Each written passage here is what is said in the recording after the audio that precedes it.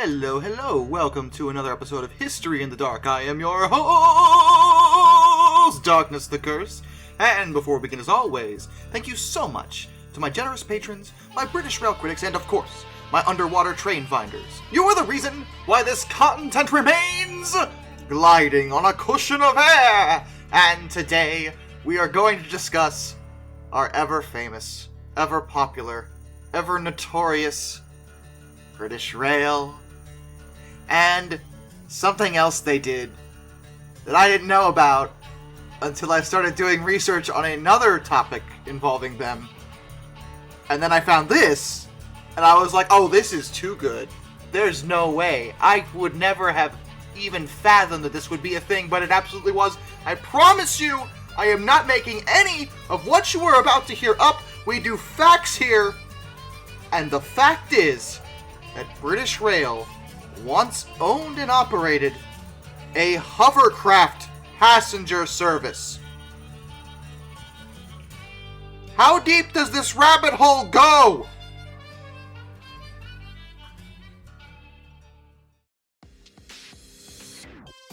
You know, between the UFO and the roller coaster, I really thought I was going to run out of things to talk about when it comes to the weirdness of British Rail. But they seem to really enjoy doing things that have very little to nothing to do with actually running a railroad. And I'm just saying, why does this keep happening? Well, there is somewhat of a logical mindset behind why we wound up with a hovercraft service. Now, British Rail did have a spin-off sort of agenda when it came to water operations, and that was Sea Link, which was actually the thing I was researching before the hovercrafts came into being, and I stumbled upon them, and here we are.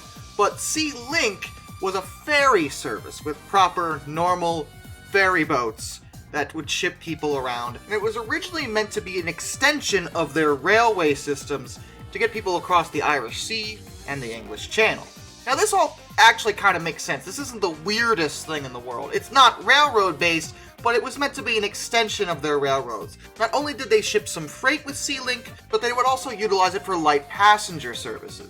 Under the direct control of British Rail, it didn't last very long, though, and it was eventually sold off and operated by several other companies. It would eventually be purchased by Stena Line, which is a Swedish shipping line company. Some of the services are still offered under that name. But besides Sea Link, British Rail got into something a little bit crazier. Basic ferries were too simple for them. No. This was back in the 1960s, during the modernization plan. It wasn't enough to just modernize the railways, they had to modernize the seaways. Enter the hovercrafts.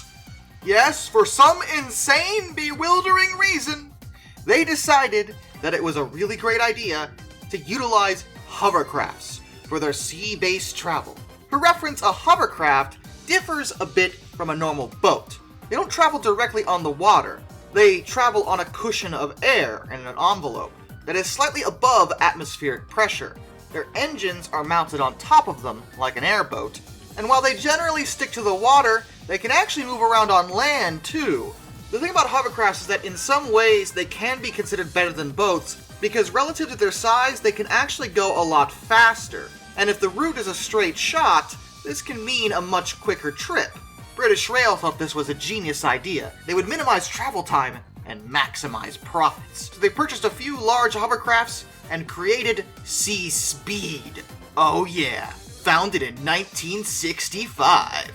They would actually utilize several different hovercraft, but their flagship craft was probably the SR.N4s, or the Saunders Roe Nautical 4.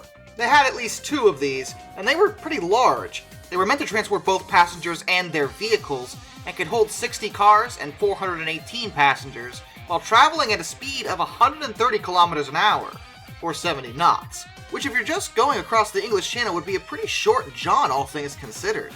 The logic here wasn't unfounded, and would also use some smaller craft for their Isle of Wight services to travel across the Solent, which is a strait. The Nautical 4s, the Princess Margaret and Princess Anne, would transport people and vehicles across the channel for quite a few years, but it was never really a profitable venture. There's a reason why you don't see hovercrafts generally used in passenger service, and that's because, while they are quite fast, they are hilariously inefficient.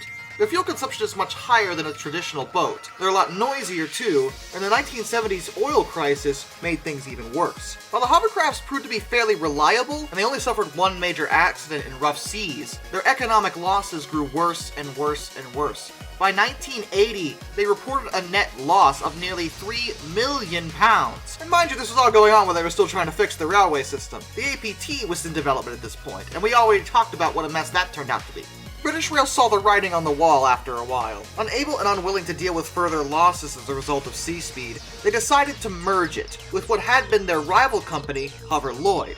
Hoverlloyd was also suffering economic difficulty at the time, and they agreed to the merger, and the new company became Hoverspeed. Hoverspeed would wind up lasting until 2005. Despite being purchased a few times, they never really made that much of a profit, if any at all. In 1990, for example, they reported a net loss of nearly £8 million. The truth was, people just weren't keen on riding hovercrafts as a normal thing. It's true they were very fast, and if you marketed them for upscale, wealthy passengers, you might be able to do something, but they're still inefficient, and they're noisy, which really clashes with the idea of a luxury liner. When people think of a luxury liner, they usually think of a large cruise ship, which are a lot slower, but they're marketed more as a vacation in and of themselves. These hovercrafts just don't work that way, and never could work that way.